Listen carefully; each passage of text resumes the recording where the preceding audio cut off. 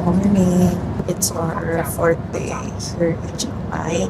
And right now, nasa van tayo. Punta tayo ngayon sa Chiang Mai. Binok namin is may white temple, blue temple, at saka black temple or black museum tayo. Tingnan natin kung makita natin doon. Nandito tayo sa ating first stop. Ayan o, Happy New Year! Happy New Year, everybody! Ang pangalan nito is Tawisin Hot Spring. Meron ditong, hindi siya public bath kasi may bayan. Pwede kayong maglublub ng mga paapaan ninyo doon. Tapos merong small temple dito sa likod. Ayan, tapos ang daming souvenirs dito. As in, isang hilera sila. Layo tayo konti kasi tatakot ako eh. Baka kasi, ay taas kasi yun parang sumasabog may itlog pala dito. So wag na kayo magulat. Usually ganyan naman talaga kapag mga hot spring. Binigyan lang kami ng 15 minutes dito. Nakarating kami dito mga 8:05. Wala to actually dun sa parang official itinerary. Pero nakita rin ako ng vlogs na nagsistop over sila. Hindi ko na-expect na rekta na siya. Na along the road siya. Wow.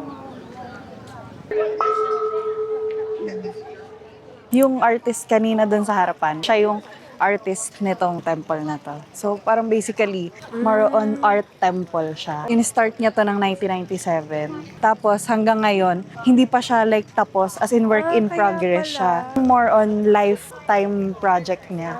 Dun sa labas, di ba may mga Iron Man. Style niya daw talaga yon na naghahalo siya ng modern pop culture sa art niya. It's more on fusion ng Buddhism and modern art. Sa loob daw, bawal kasi mag-video, pero makakita ka sa loob ng Harry Potter, Kung Fu Panda, ayun, kasi style yun nung artist. Nabasa ko na yung pagka-white niya, it represents purity. Tapos kung mapapansin mo, parang may mga nagsashine dun sa gilid. Mirrors yun. Nire-represent niya is more on wisdom na nare-reflect. Itong yung mga kamay-kamay sa harap, kung mapapansin mo rin, may mga faces sa gilid. Temptation, greed, ganyan, addiction. So yun. Tapos at the end, nandun yung temple. Nandun yung enlightenment.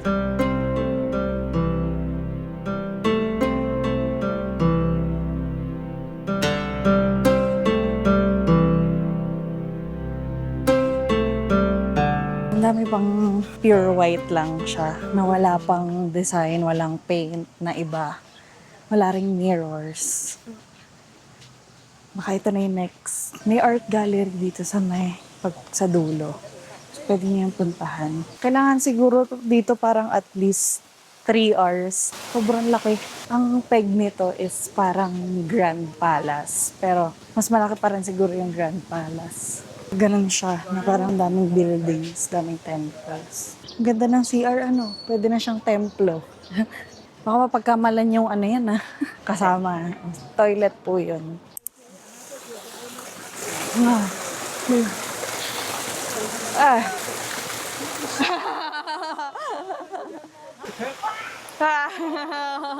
Wala, di tayo swerte. Wala, hindi. Trivia lang. Yung design nitong Blue Temple ay student din nung gumawa nung White Temple. May resemblance sila. Except ito blue, is a white. According to Google, yung translation kasi nung pangalan nitong temple is Temple of the Dancing Tigers. Tapos, nung unang panahon, mga centuries ago pa, maraming wildlife na naninirahan dito. Tapos nakita ng mga tao na maraming tigers. So doon nila pinangalan yung temple. Thank you. Harap. Siguro review lang namin dito sa tour na ito. Mabilis siya. So if mas gusto ninyo yung slower pace, parang we think mas okay na mag-private tour kayo. May option naman na mag-DIY kayo or like mag-stay kayo dito sa Chiang Rai for a night para mas marami kayong time na explore at i-absorb yung temples. Pero yon, itong tour na to parang more on siya, sightseeing tour. More on ganun siya.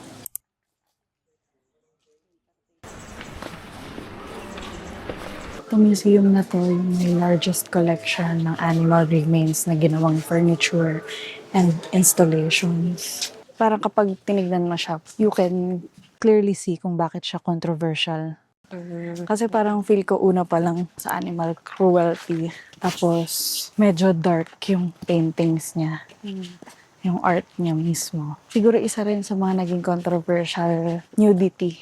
Very heavy siya sa aspect na yon.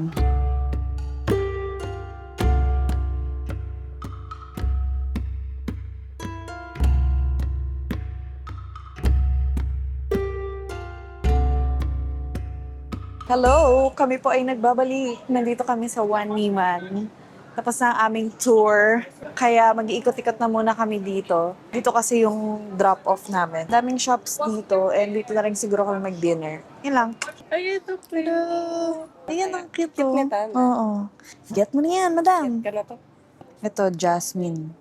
I'll get one jasmine, please. 30 ml. Pati may ako. Yes, What jasmine. is